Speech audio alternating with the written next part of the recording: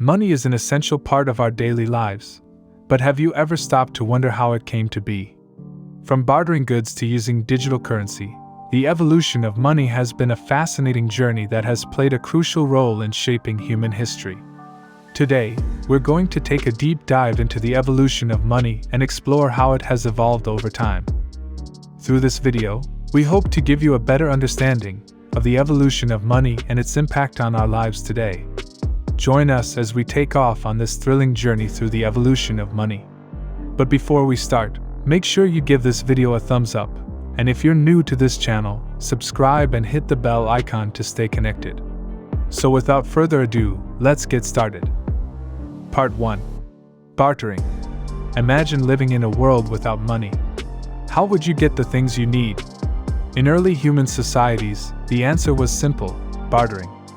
Thousands of years ago, before the concept of money existed, people used to barter goods and services to fulfill their needs. Bartering was the exchange of goods or services without the use of money, and it was the most common means of trade in early societies. For example, if you had a goat and wanted some grain, you would trade your goat for a certain amount of grain. This system worked well in small communities, but as societies grew, it became difficult to trade goods with people who didn't want what you had to offer. Bartering was an important development in the history of trade, as it allowed people to acquire the goods and services they needed without having to use money.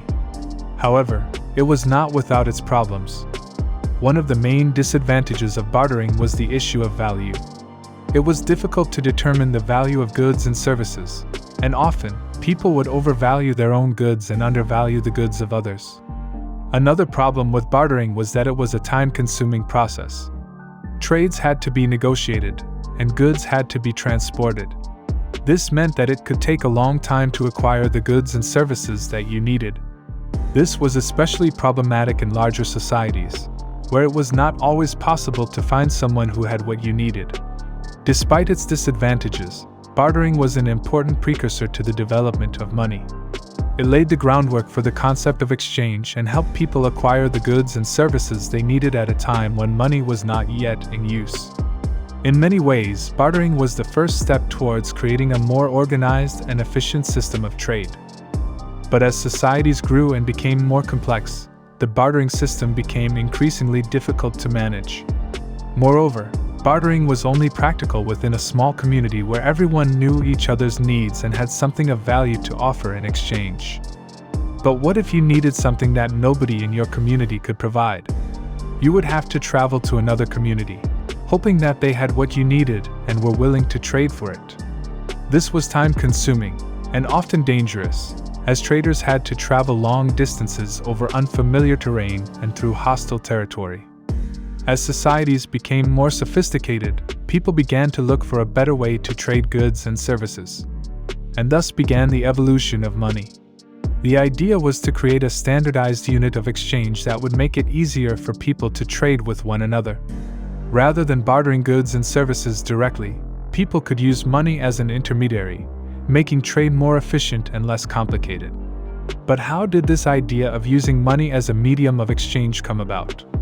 And how did it evolve over time? To answer these questions, we need to look back to the earliest civilizations and see how they developed the concept of money. Part 2. Precious metals. Have you ever wondered why we use paper money or coins to buy things? Why can't we just trade goods like people used to do thousands of years ago? Well, the answer lies in the evolution of money, and one of the most significant steps in that evolution was the use of precious metals. As societies evolved and grew, people found it increasingly difficult to trade goods with each other through bartering. They needed a more convenient and universally accepted medium of exchange that was easy to carry and would hold its value over time. That's when precious metals like gold and silver stepped in as a form of currency. These metals were rare, durable, and valuable, making them ideal for use in trade. Merchants and traders would weigh the metals and use their value to purchase goods and services. For example, if you wanted to buy a horse, you could offer the seller a certain amount of gold, and they would accept it based on the metal's value. The use of precious metals as currency worked well for centuries, but it was not without its drawbacks. One of the biggest issues was scarcity. As demand for these metals grew, they became increasingly difficult to find and mine. This led to inflated prices, which made it challenging for smaller businesses and individuals to obtain them. Another issue was counterfeiting. Because these metals were so valuable, people would try to create fake coins or bars to pass off as the real thing. This created a system of distrust, as people were always wary of whether the metal they were receiving was genuine or not. Despite these challenges, the use of precious metals as the currency continued for centuries, and it laid the foundation for the modern monetary system we have today. The concept of using a universally accepted form of currency that holds its value over time is still essential in today's society, even if the form of currency has changed. Part 3. Paper currency. Have you ever wondered how we went from carrying around heavy gold coins to using thin paper bills for transactions? As we saw in the last part, precious metals had their limitations as a form of currency. So, what replaced them? The answer lies in the evolution of paper currency. But how did paper currency become so widely accepted? It all started with the issuance of promissory notes that represented a certain amount of precious metals in a bank's vault. These notes were easier to carry and used to conduct trade on a larger scale. As time went on, the governments began printing their own notes, which were backed by the promise to exchange them for precious metals. This made trade and commerce much easier and more efficient. However, as with any form of currency, there were advantages and disadvantages to using paper currency. One of the advantages was its convenience and portability. You no longer had to carry heavy and cumbersome coins, which made transactions much easier. On the other hand, the value of the paper currency was solely based on the promise of the government or bank to exchange it for precious metals. If this promise was broken, the currency could become worthless overnight. Despite these risks, the paper currency continued to evolve and become more widely accepted. In the last and most important part, we will take a closer look at the latest evolution in currency, digital currency. Part 4. Digital currency. The evolution of money has come a long way, as we discussed in the previous parts, from the days of bartering to precious metals, paper currency, and now digital currency. In recent years, digital currencies such as Bitcoin, Ethereum, and Litecoin have revolutionized the way we think about money. Unlike traditional currencies, digital currencies are entirely digital and decentralized, meaning they are not controlled by a central bank or government. Instead, they are based on a technology called blockchain, which is essentially a public ledger that records all transactions. This makes them highly secure and transparent, and it is virtually impossible to counterfeit them. The idea of digital currency was first introduced in the late 1980s, but it wasn't until the launch of Bitcoin in 2009 that the concept gained mainstream attention.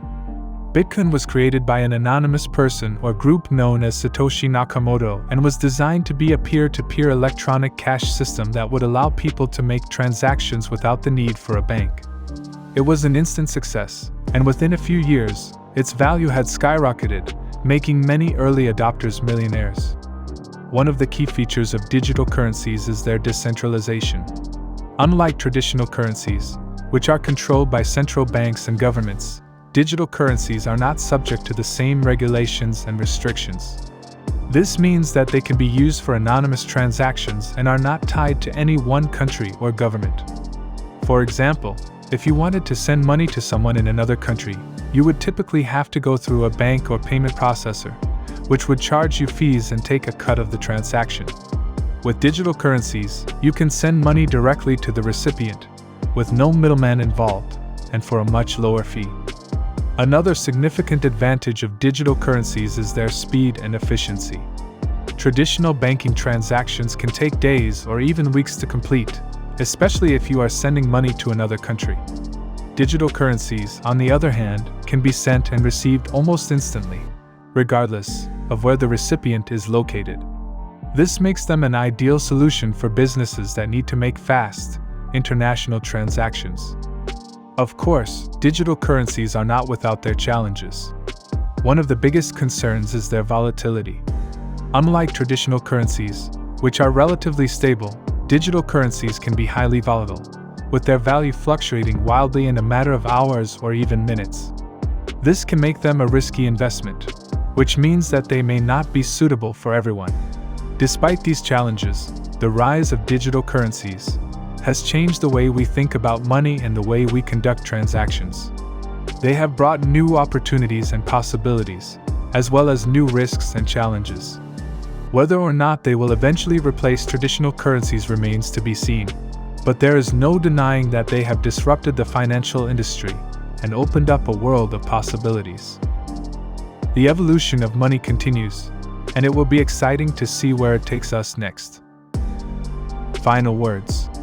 The evolution of money has been a long and fascinating journey that has played a crucial role in shaping human history. From bartering goods to using digital currencies, money has come a long way, and it will continue to evolve as technology advances. As we move forward, it will be interesting to see how money continues to change and adapt to meet the needs of an ever-changing world.